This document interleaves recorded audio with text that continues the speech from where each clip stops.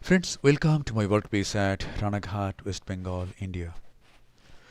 This is a mature, hard, white cataract. Let us observe this surgery. This is the main incision on the posterior aspect of the limbus. This is a side port on the right side of the main incision, about 3 clock hours away. And this is a side port on the left side of the main incision, about 2 clock hours away. An air bubble is injected into the anterior chamber, and beneath this air bubble, trypan blue 0.06% dye is applied over the anterior capsule. And now the dye is washed out.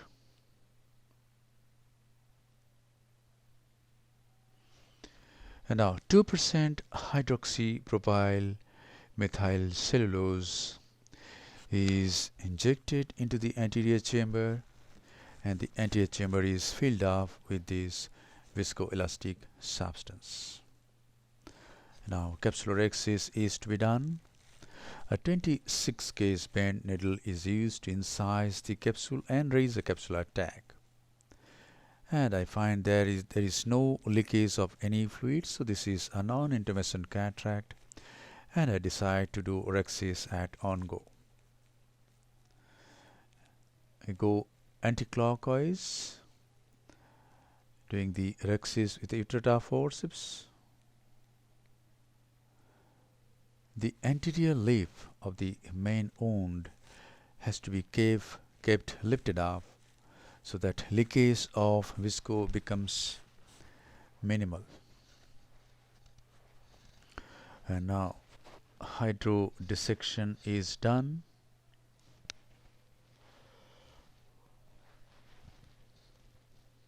The nucleus is tapped and the nucleus is mobilized.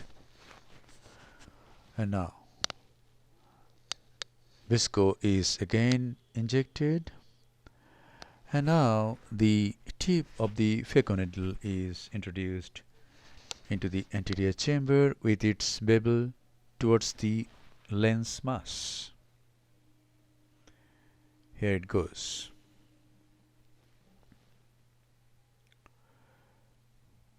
This is Faros from Otley. Some superficial cortical lens matter is removed, and now I turn the handpiece and bury the tip of the phaco needle in front of the main wound into the substance of the nucleus, go through the substance of the nucleus and chop it.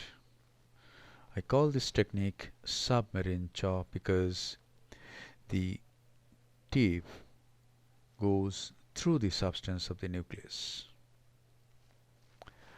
And now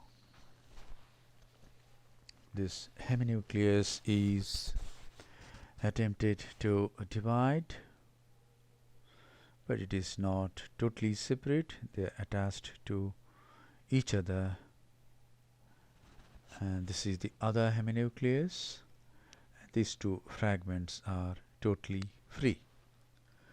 And now each nuclear fragment is emulsified starting from its apex. Ultrasonic energy used in this case is 75%. Flow rate is 45 ml per minute. Vacuum is 450 millimeter of mercury. The ultrasound is in continuous mode, and this is Faros with SPIP mode from Otley, Switzerland. The tip is 2.8 millimeter. This is the last nuclear fragment.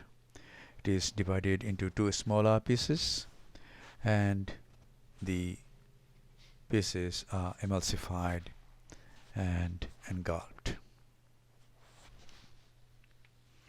Antechamber is very stable, and there is no surge at all. Nucleus and epinucleus has been managed. We can see there is a lot of cortex. I take a 23 gauge Simcoe till my assistant gets ready with bimanual irrigation aspiration, and I can remove the cortex from 1 o'clock to 7 o'clock or even 8 o'clock by the time the bimanual gets ready. And now I take the bimanual irrigation aspiration. Irrigation is from the right side port, aspiration from the left, and the cortical matter is removed. And now this is hydro polish. If there are some lens fibers sticking to the posterior capsule, they can be dislodged by the irrigating fluid. Now in this case I am going to use a B cartridge, so enlarge the main wound by 0.1 millimeter, and this is hydro implantation of a single piece monofocal intraocular lens, hydrophobic acrylic material. This is Super Fove from Apasami Associates. This is a beautiful lens, no financial interest, just appreciating a good product. And now the lens is dialed so that the haptics are about 90 degrees away from the main wound. And now this is moxifloxacin.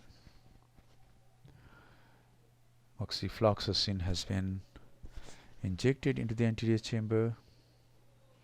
The side ports are then closed by corneal stromal hydration by BSS.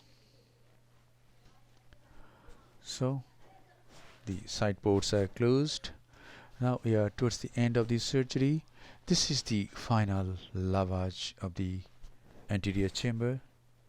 I do this religiously in all cases, and incidence of toxic anterior segment syndrome in my cases are almost nil.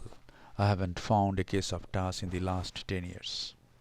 And I strongly believe it is because of these final anterior chamber lavage. Integrity of the wounds are checked and the case is concluded. Thank you very much for your attention. Hope this video will help you in developing your surgical skills. Be a great surgeon and serve your patients with love, respect, empathy, and great surgical competence.